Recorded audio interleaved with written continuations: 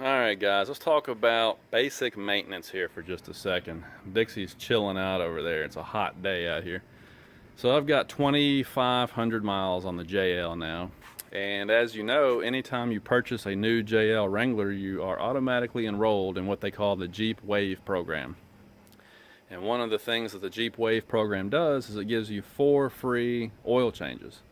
So if you go by the oil life monitor on these new vehicles, which generally takes you about 8,000 miles or so on an oil change, what that means is you're looking at pretty much working through most of your powertrain warranty on free oil changes.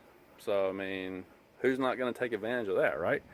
You know, and I'm one of these guys that likes to do it myself. I understand, and there's some people that just don't want the dealership to touch their vehicle. I understand, I guess, but hey, in this case, it's free. I'm going to take them up on it.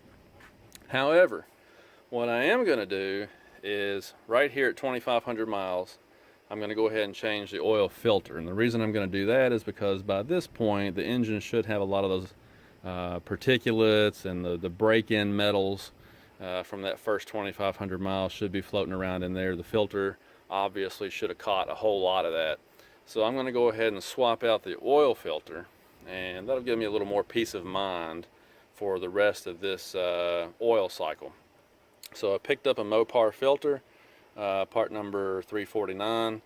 You can get these at the auto parts stores. You don't have to go to the dealership. I found this one at the local auto parts store. I think it was Advanced Auto Parts, but some of the other ones probably carry them too. And as you know, the Pentastar engine has the top load oil filter, which is just cool. I love that. That's as cool as the other side of the pillow. So what you need is a 15/16, man, it won't focus, sorry. 15/16 socket. And of course I got a big long extension here and a 1/2-inch ratchet. And we're just gonna pop that cover off and swap this filter out. Now, the older filters, I say older, the first generation of the Pentastar had a different filter. So if you've got like a 2012, 2013 model Pentastar engine and you've been used to buying a certain filter for it, be advised that this has changed, and these filters are different from the original Pentastar engines when they came out. So you got to get the one that goes for the new Pentastar, okay? So let's get started here, and oh, that didn't go well. It's not how we wanted it to go. I'll stick my ratchet on there, and as you can see, it's not very tight at all from the factory. No big deal at all. And there was some issues on, I think it was sometime around 2014 or so, they had some issues with these things. These housings were leaking, I think. Hopefully they got that resolved.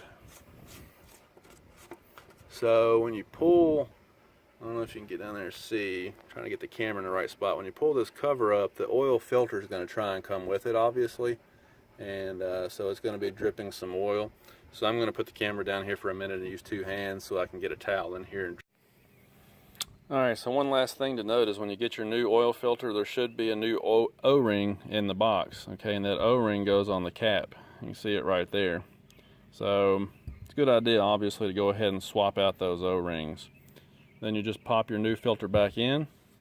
It goes like this with a little nipple down. And tighten everything back down. You're good to go. All right, guys. Thanks.